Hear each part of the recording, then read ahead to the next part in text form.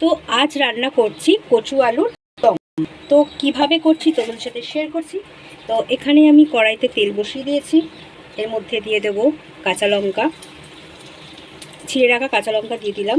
দিচ্ছি হচ্ছে জিরে, চামচ ছোটো চামচের 1 চামচ জিরে দেখতেই পাচ্ছ। এবার এটাকে ভাজা ভাজা হবে, যতক্ষণ না ভাজা ভাজা হচ্ছে। তো আমি এখানে কচু আলুটা দেবো না, এখানে আমার কচু আলু কাটা হয়ে গেছে। তো আজকে আপনার কচু আলুর তরকারি। তো এখানে দেখো, এবার এর মধ্যে যেহেতু দেখছো জিরেটা ভাজা ভাজা হয়ে গেছে, এর মধ্যে দিয়ে দেবো কেটে রাখা ছোটো ছোটো করে টমেটো। এটাকে ভালো করে নিয়ে নেব। এইবারে এটা যখন একটু ভাজা ভাজা মতো হয়ে যাবে টমেটোটা, এর মধ্যে দিয়ে দেবো কচু আলু কেটে রেখেছিলাম, দিয়ে দিলাম এর মধ্যে। এটাকে ভালো করে এবার আমি নিয়ে নেব যতক্ষণ না ভাজা ভাজা হচ্ছে। কচু আলুটা ভাজা ভাজা হোক একটুখানি। মশলার ঝুড়ির থেকে নিয়ে নেব 1 চামচ হলুদ গুঁড়ো, 1 চামচ কাশ্মীরি রেড চিলি, 1 চামচ জিরে গুঁড়ো, আর 1 চামচ পরিমাণ মতো নুন। তো দেখতেই পাচ্ছ আমি এখানে সব মশলাগুলো নিয়ে নিয়েছি।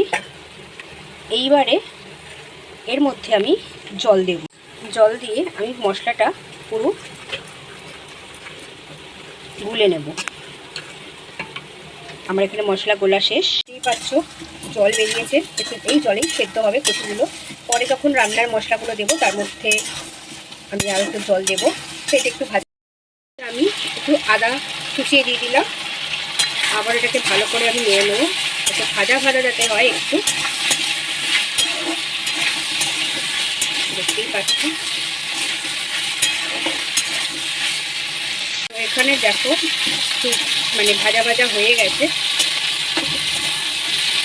এইবারে আমি যেই মশলাটা আমি করেছিলাম সেই মশলাটা আমি পুরো এর মধ্যে দিয়ে দিলাম, আর এর মধ্যে একটু জল মিশিয়ে এর মধ্যে দিয়ে দিলাম। এটাকেও আমি ভালো করে কষিয়ে নেব।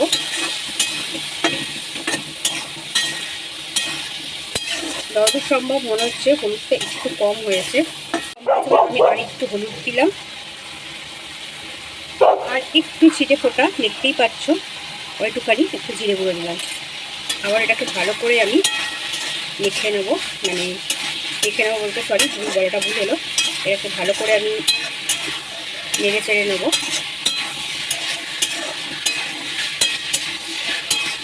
এর মধ্যে যদি একটু চিংড়ি মাছ পড়তো, এর মধ্যে যদি চিংড়ি মাছ পড়তো তাহলে সত্যি খুব ভালো লাগতো। তো এর মধ্যে আমি একটু জল দেবো, ওই ছোটো বাটির 1 বাটি যার মধ্যে মশলা খুলেছিলাম সেই বাটির 1 বাটি জল দিলাম। আর একটুখানি জল দেব যাতে কচু আর আলুটা যেন তাড়াতাড়ি সেদ্ধ হয়ে যায়।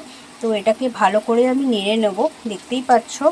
তো এটা সেদ্ধ হওয়ার জন্য আমি রেখে দিলাম। তো তারপরে চলো দেখাচ্ছি কচুর তরকারিটা কেমন হয়েছে। তো আমার কচুর তরকারি রেডি হয়ে গেছে। এর মধ্যে যদি চিংড়ি মাছ পড়তো সত্যি অসাধারণ খেতে হতো।